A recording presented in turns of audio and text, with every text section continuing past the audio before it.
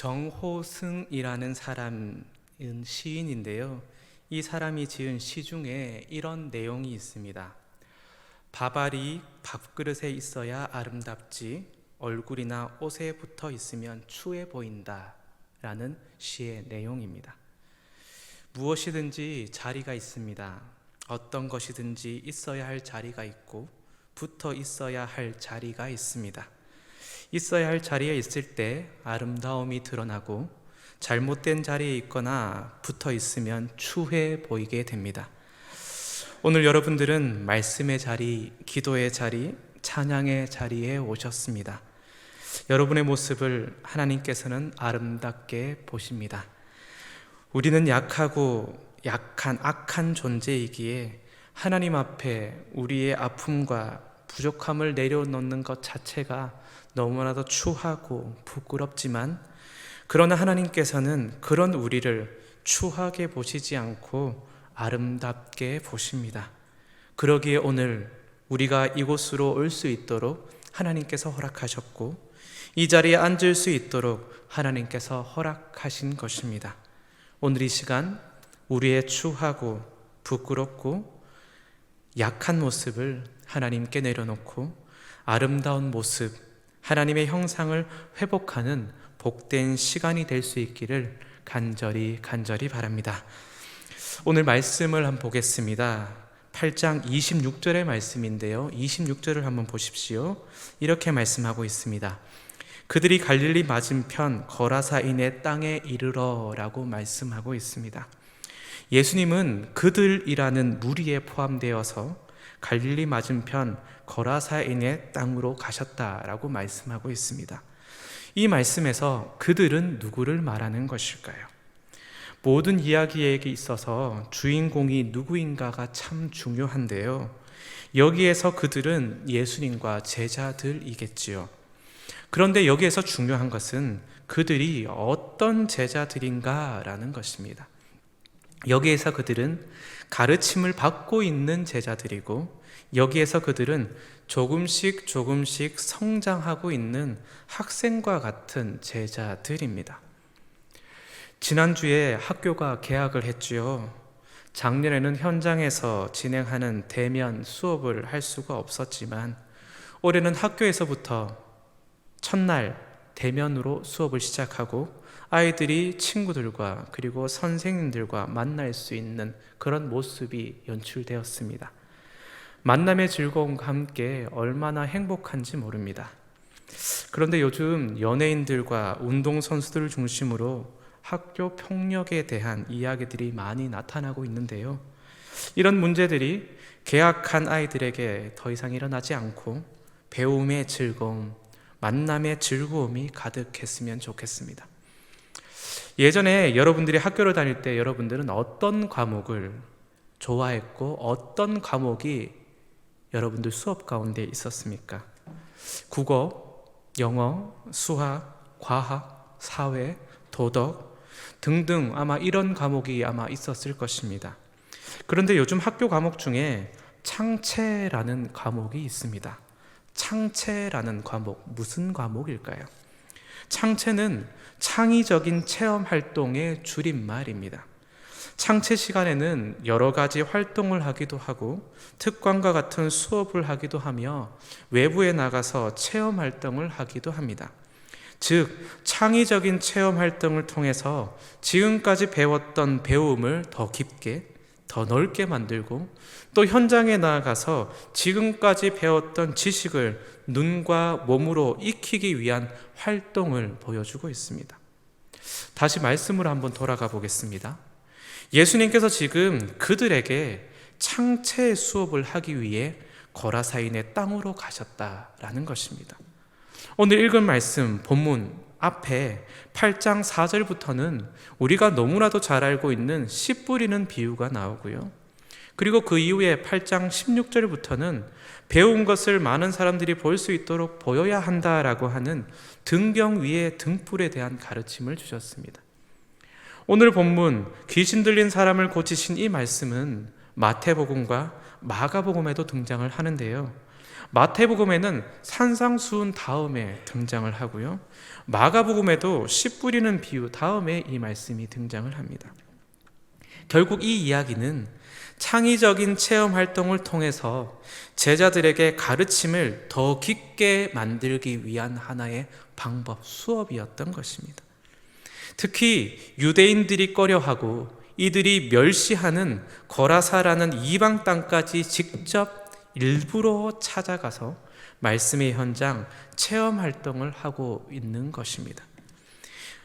27절을 한번 보십시오. 8장 27절입니다. 예수께서 육지에 내리심에 그 도시 사람으로서 귀신 들린 자 하나가 예수를 만나니 그 사람은 오래 옷을 입지 아니하며 집에 거하지도 아니하고 무덤 사이에 거하는 자라라고 말씀합니다. 육지에서 내린 예수님과 제자들은 한 사람을 만나게 되는데 그 사람은 바로 그 도시 사람으로서 귀신 들린 사람이었다라고 말씀하고 있습니다. 이 사람은 오랫동안 옷을 입지 아니하였고 집에 거하지도 아니하였으며 무덤 사이에 거하는 자다라고 성경은 기록하고 있습니다. 그런데 28절을 보면 예수를 보고 부르짖으며 그 앞에 엎드려 큰 소리로 불러 이르되 지극히 높으신 하나님의 아들 예수여, 당신이 나와 무슨 상관이 있나이까? 당신께 구하노니 나를 괴롭게 하지 마옵소서 하니 라고 말씀하고 있습니다. 예수를 보고 그 앞에 엎드려 갑자기 부르짖기 시작합니다. 지극히 높으신 하나님의 아들 예수여, 당신이 나와 무슨 상관이 있나이까? 당신께 구하노니 나를 괴롭게 하지 마옵소서. 이 소리는 누구의 소리일까요? 귀신 들린 자의 입에서 나오는 소리이지만 실제로는 귀신의 소리이지요. 지금 예수님은 귀신 들린 자와 대화하는 것이 아니라 귀신과 대화하고 있는 것입니다. 그래서 30절의 말씀을 보면 예수께서 내 이름이 무엇이냐 물으신즉 이르되 군대라 하니 이는 많은 귀신이 들렸음이라 라고 말씀하고 있는 것입니다. 군대라고 하는 많은 귀신과 지금 예수님이 대화를 하고 있습니다. 여기서 하나 질문을 드려봅니다. 예수님은 귀신들과 대화하는 모습을 제자들에게 보여주기 위해 이곳으로 오셨을까요? 아니면 이방 땅에 제자 한 명이 세워지는 모습을 보여주기 위해 이곳으로 오셨을까요? 다르게 한번 질문해 보겠습니다. 예수님은 제자들에게 귀신을 멸하는 모습을 보여주기 위해 이곳에 오셨을까요? 아니면 이방 땅에서 힘겹게 제자의 모습으로 당당하게 살아가는 한 사람을 보여주기 위해 이곳으로 오셨을까요? 말씀으로 다시 한번 돌아가 보겠습니다. 32절을 한번 보십시오. 32절. 마침 그곳에 많은 돼지떼가 산에서 먹고 있는지라 귀신들이 그 돼지에게로 들어가게 허락하심을 간구하니 이에 허락하시니. 군대라고 하는 많은 귀신들은 자신들을 살려달라고 간구하고 있습니다. 그러자 예수님은 마침 그곳에 있던 돼지떼에게 들어가도록 허락합니다. 그리고 33절을 보십시오. 귀신들이 그 사람에게서 나와 돼지에게로 들어가니 그때가 비탈로 내리달아 호수에 들어가 몰사하거늘이라고 말씀하네요. 예수님의 허락을 받은 귀신의 무리 군대는 돼지떼에게 들어가게 됩니다. 그리고 돼지떼는 비탈로 힘차게 달려가고 호수에 빠져 몰사하였다고 성경은 기록하고 있습니다. 여기서 또 하나 질문을 드립니다. 예수님은 귀신들을 멸하는 모습, 그리고 돼지라는 불경하고 부정한 짐승을 죽이는 모습을 제자들에게 보여주기 위해 이곳에 오셨을까요? 아니면 이방 땅에서 지금까지 업신여김을 받으며 살다가 이제는 사람답게 사는 사람을 제자들에게 보여주기 위해 이곳에 오셨을까요?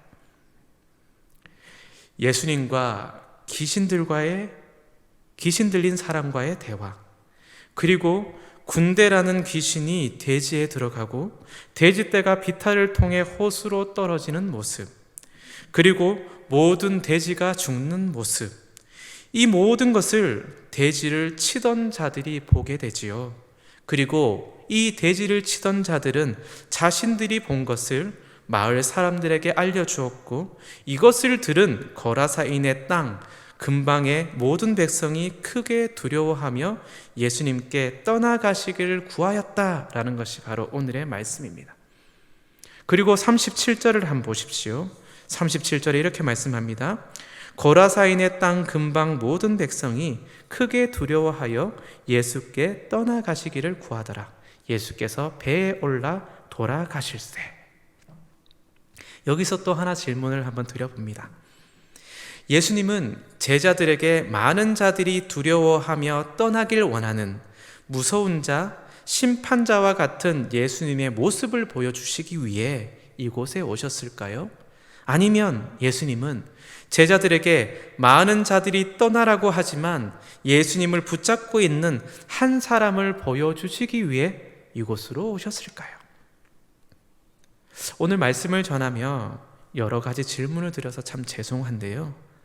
제자들이 본 것은 무엇인지, 대지를 치던 자들이 본 것이 무엇인지, 거라사인의 땅 근방 모든 백성이 본 것, 들은 것이 무엇인지 우리는 오늘 말씀을 통해서 다양하게 상상할 수 있습니다. 여러 가지 질문을 통해서 여러분들이 아마 오답이라고 생각한 그 답이 있을 겁니다. 그런데 사실은 그 답도 정답입니다. 왜냐하면 지금까지 이루어진 일들을 보면 예수님이 귀신과 대화한 것이 사실이고 예수님이 군대라는 귀신의 무리를 돼지에게 보낸 것 또한 사실이며 돼지 무리는 비탈로 달려갔고 모두 몰사한 것 또한 사실이거든요. 우리는 말씀을 통해 이것을 보았고 제자들 또한 이것을 직접 목격했습니다. 그런데 제가 이렇게 성경을 보면서 질문을 던지는 것은 우리는 항상 큰 것, 대단한 것, 많은 것, 대단한 힘, 말을 많이 하는 사람 중심으로 사건을 본다라는 것입니다. 작은 것, 소소한 것, 약한 것, 많은 것이 아닌 작은 것 하나는 우리는 소홀히 여긴다라는 것입니다. 그리고 우리는 이런 시선, 이런 주관, 이런 세계관을 가지고 우리는 모든 일들을 보고 있다라는 것입니다. 그래서 34절과 35절을 보면 똑같은 단어가 하나 등장을 하는데요. 그 단어는 바로 이루어진 일이라는 단어입니다. 34절과 35절에 이렇게 나오는데요.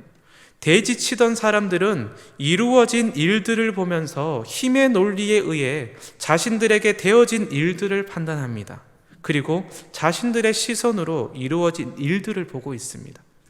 그리고 35절에도 많은 사람들은 이루어진 일을 보러 나와서는 힘의 논리에 의해 어떻게 되어진 것인지 판단합니다. 그리고 자신들만의 시선과 주관과 세계관으로 이 이루어진 일들을 보고 판단하고 있습니다. 그리고 너무나도 강력한 힘을 가진 예수님을 보면서도 떠나가 달라고 요구하고 있는 것입니다. 왜 떠나가 달라고 이야기를 할까요?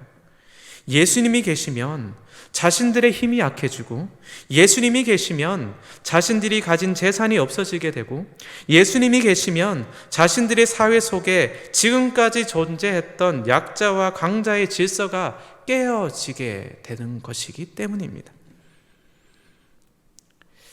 예전에 허리가 아파 본 적이 있습니다. 허리가 아프다 보니 지나가는 사람들의 허리만 보이는 거예요. 저 사람은 어떻게 허리를 숙일 수 있지? 저 사람은 어떻게 힘있게 걸어갈 수 있지? 저 사람은 어떻게 앉았다 일어났다를 자연스럽게 할 수 있지? 라는 질문을 하면서 그 사람의 허리만 보입니다. 어떤 사람이 차를 사려고 합니다. 이 사람에게는 뭐만 보일까요? 차만 보입니다. 저 차 참 멋지네. 저 차 참 튼튼해 보이네. 차들을 보면서 이 차를 살까 저 차를 살까 차만 보기 시작합니다. 어린아이가 길을 가고 있는데 갑자기 차 번호판의 숫자를 읽기 시작합니다. 가게에 있는 간판의 숫자를 읽기 시작합니다. 왜 그럴까요? 지금 숫자를 배우고 있고 숫자에 관심을 가지고 있으니 숫자만 보입니다. 글자는 눈에 보이지 않습니다. 우리는 우리가 가지고 있는 시선, 주관, 세계관을 통해서 세상을 바라보게 되고 세상 속에 그것만 찾으려고 합니다. 대지를 치던 사람들은 자신의 시선, 자신의 주관, 자신의 세계관을 가지고 이루어진 일을 평가하고 있습니다. 그리고 대지 치던 사람들의 시선에 따라 그 이야기를 들은 많은 사람들은 그 이야기를 믿고 따르며 이루어진 일을 또 자신들 또한 평가하고 있는 것입니다. 그런데 38절의 말씀을 한번 볼까요? 귀신 나간 사람이 함께 있기를 구하였으나 예수께서 그를 보내시며 이르시되 라고 말씀합니다. 이 이야기의 마지막에 드디어 한 사람이 등장합니다. 그 사람은 귀신 나간 사람이다 라고 말하고 있습니다. 지금까지 소외되었던 사람, 지금까지 무시되었던 사람, 지금까지 사실은 이루어진 일들 그 가운데 가장 중심에 있었던 사람이지만 아무도 이 사람을 보지 않고 신경 쓰지 않았으며 아무 말도 없었던 사람이 드디어 등장을 하고 그 사람이 말을 합니다. 뭐라고 말을 합니까? 예수님, 나도 함께 가게 해 주십시오. 왜 함께 가고 싶었을까요?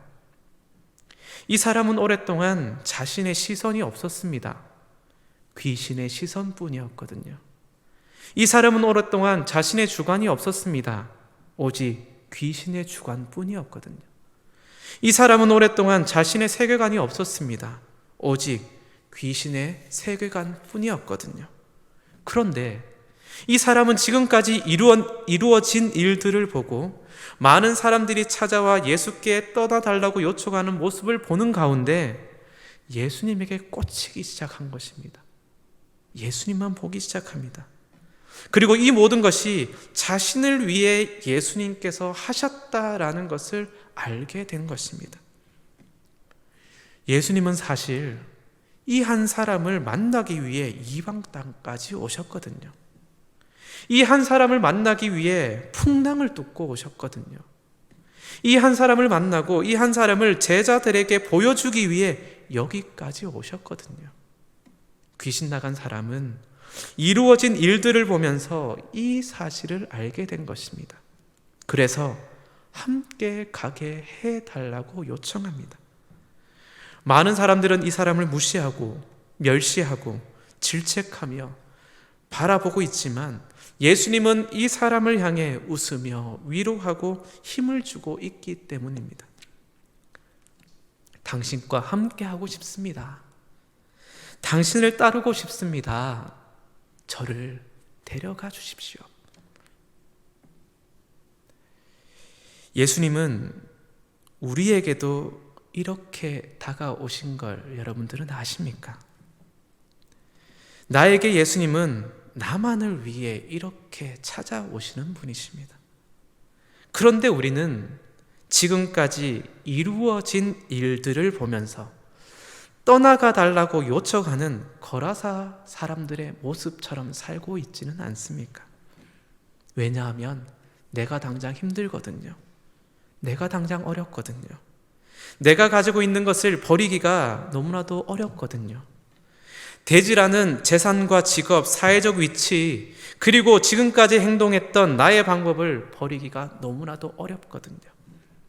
하지만 귀신 나간 사람은 예수님만 봅니다. 자신만 바라보고 있는 예수님만 보고 있습니다. 예수를 지그시 바라보는 이 자에게 예수님은 뭐라고 말씀하실까요? 39절 말씀인데요. 39절 말씀입니다. 우리 같이 한번 읽어보겠습니다. 시작. 집으로 돌아가 하나님이 내게 어떻게 큰 일을 행하셨는지를 말하라 하시니 그가 가서 예수께서 자기에게 어떻게 큰 일을 행하셨는지를 온 성내에 전파하니라. 아멘. 예수님은 이 사람에게 집으로 돌아가라 라고 말을 합니다. 참 매정한 것 같지만 그렇게 말한 것 같지는 않습니다. 오랫동안 집에 거하지 않고 무덤 사이에서 살았던 사람에게 집으로 가라 라고 하는 그 단어는 이 사람에게 어떻게 다가왔을까요? 예수님은 이자가 가는 그 집을 이방 땅의 성전이 되게 하시는 것입니다. 예수님은 그 집을 귀신 나간 자가 안식할 수 있도록 하나님의 품이 될 수 있도록 그 거처를 만들어 주시는 것입니다. 그리고 예수님은 이렇게 말씀하십니다. 내게 어떻게 큰 일을 행하셨는지를 말하라. 34절과 35절에 이루어진 이 일을 자신의 시선과 주관과 세계관으로 말한 사람들과 비교되는 단어가 있죠. 그 단어가 뭡니까? 큰 일이라는 단어입니다. 귀신 나간 자는 집에 가서 참 많이 울었을 것입니다. 귀신 나간 자는 집에 가서 지금까지 느끼지 못한 평안함을 얻었을 것입니다. 귀신 나간 자는 집에 가서 함께하는 가족들에게 이루어진 일들을 말함과 동시에 자신에게 일어났던 큰 일, 즉 말씀만으로 이루어졌던 그 모든 것을 예수님의 시선으로 말을 하는 것입니다. 39절 말씀 다시 한번 읽어보십시오. 집으로 돌아가 하나님이 내게 어떻게 큰 일을 행하셨는지를 말하라 하시니 그가 가서 예수께서 자기에게 어떻게 큰 일을 행하셨는지를 온 성내에 전파하니라. 이루어진 일이라는 단어가 두 번 나오는 것처럼 큰 일이라는 단어가 또한 39절에 두 번이나 등장하고 있습니다. 하나님께서는 우리에게도 이루어진 일을 통해 큰 일을 보게 하시는 분이십니다. 이 큰 일을 보기 위해서는 우리의 시선과 우리의 주관과 우리의 세계관이 참으로 중요한 것이지요. 김환영이라는 시인이 지은 울꽃이라는 시가 있습니다. 이 시의 내용은 이렇습니다. 할머니 어디 가요? 예배당 간다. 근데 왜 울면서 가요? 울려고 간다. 왜 예배당 가서 울어요? 울 데가 없다. 라는 시입니다. 예배당은 편히 울 수 있는 곳입니다. 하나님 품은 편히 울 수 있는 곳이지요. 그런데 요즘은 울 곳이 없다라는 것입니다. 예전에 성전에서 울면서 기도하는 어떤 분을 보면서 어떤 성도님이 저에게 이렇게 말을 했습니다. 저분은 무슨 어려움이 있길래, 어떤 고통이 있길래 저렇게 크게 울까요? 힘들고 어려운 것이 있는가 봐요. 목사님 한번 가서 물어보세요. 어떤 일이 있는지요. 울고 있는 그분에게 어려움이 있을 수 있고 고통이 있고 아픔이 있을 수 있습니다. 하지만 왜 울까? 왜 울고 있지? 이것이 아니라 우리의 시선은 그만큼 하나님께 간절하구나, 그만큼 하나님의 도우심이 필요하구나, 그만큼 이 예배당이 평안한 곳이구나, 이곳이 바로 하나님의 품이구나, 이것이 우리의 시선이 되어야 하지 않을까요? 아마도 크게 울었던 그분은 하나님께서 큰 일을 이루시고 큰 일을 보여주셨을 것입니다. 내가 물어보지 않아도 하나님께서는 그 자에게 물어보시고 그 자의 기도를 다 들어주셨을 것입니다. 하지만 울고 있던 분을 보고 자신의 주관으로 판단했던 그분은 이루어진 일, 그 현상밖에 볼 수 없었던 것이죠. 하나님은 우리에게 큰 일을 준비하십니다. 하나님은 나 하나를 만나기 위해 이 땅에 오셨습니다. 하나님은 나 하나 하찮은 존재이지만 귀한 자로 선택하시고 만나주십니다. 하나님은 나 하나가 복된 자로 세워지기를 원하십니다. 그렇게 하나님은 나를 만들고 계십니다. 하나님은 우리의 시선과 주관과 세계관이 바뀌어 하나님의 큰 일을 보기 원하고 있으신 것입니다. 요한복음 19장 28절에 예수님께서 십자가에서 이렇게 말씀하셨습니다. 그 후에 예수께서 모든 일이 이미 이루어진 줄 아시고 성경을 응하게 하려 하사 이르시되 내가 목마르다 하시니. 예수님께서는 모든 이루어진 일을 보시고 성경을 응하게 하시는 분이시죠. 모든 일을 말씀대로 만들어 가시는 분이십니다. 귀신 나간 자에게 한 것처럼 말씀을 이루시는 분이십니다. 그것을 우리에게도 그대로 하시는 분이십니다. 요한일서 4장 17절에 이렇게 말씀합니다. 이로써 사랑이 우리에게 온전히 이루어진 것은 우리로 심판날에 담대함을 가지게 하려 함이니 주께서 그러하심과 같이 우리도 이 세상에서 그러하니라. 예수님께서 십자가를 통해 사랑을 우리에게 이루신 것은 우리가 그것을 보고 배워 심판날에 담대하기 위한 우리를 향한 사랑과 관심이라는 것이죠. 말씀을 마무리 지어 보겠습니다. 밥알이 밥그릇에 붙어 있을 때 아름다운 것처럼 우리는 예수님께 붙어 있을 때 아름답습니다. 그런데 우리는 예수 아닌 것에 붙어 있어서 추한 모습을 하면서도 아름다운 척 할 때가 얼마나 많습니까? 누군가는 그 이루어진 일만 보고 아름답다라고 하며 내가 아름답구나 라고 하지만 진짜 아름다움은 사람이 아니라 하나님께서 기뻐하실 때 그 사람이 정말 아름다운 것입니다. 누군가는 눈물을 흘린다며 고통받고 있다고 평가하지만 하나님께서는 그 눈물을 주의 병에 담고 계십니다. 그리고 큰 일을 준비하고 있으십니다. 이루어진 일을 통해 앞에서 옆에서 뒤에서 일하시는 하나님을 우리 모두는 보아야 하지 않을까요? 그런 하나님을 볼 수 있는 우리 모두가 될 수 있기를 간절히 바랍니다. 하나님은 우리를 통해 큰 일을 준비하십니다. 그 큰 일을 위해 우리에게 집과 같은 성전을 준비하시고 그곳에서 눈물과 함께 기도하길 원하십니다. 그 하나님께서 오늘도 기도하며 하나님을 떠나는 것이 아닌 하나님께 붙어 있는 우리 모두, 그래서 하나님의 사랑, 그 마음을 아는 우리 모두가 될 수 있기를 간절히 바랍니다. 기도하겠습니다. 사랑의 하나님,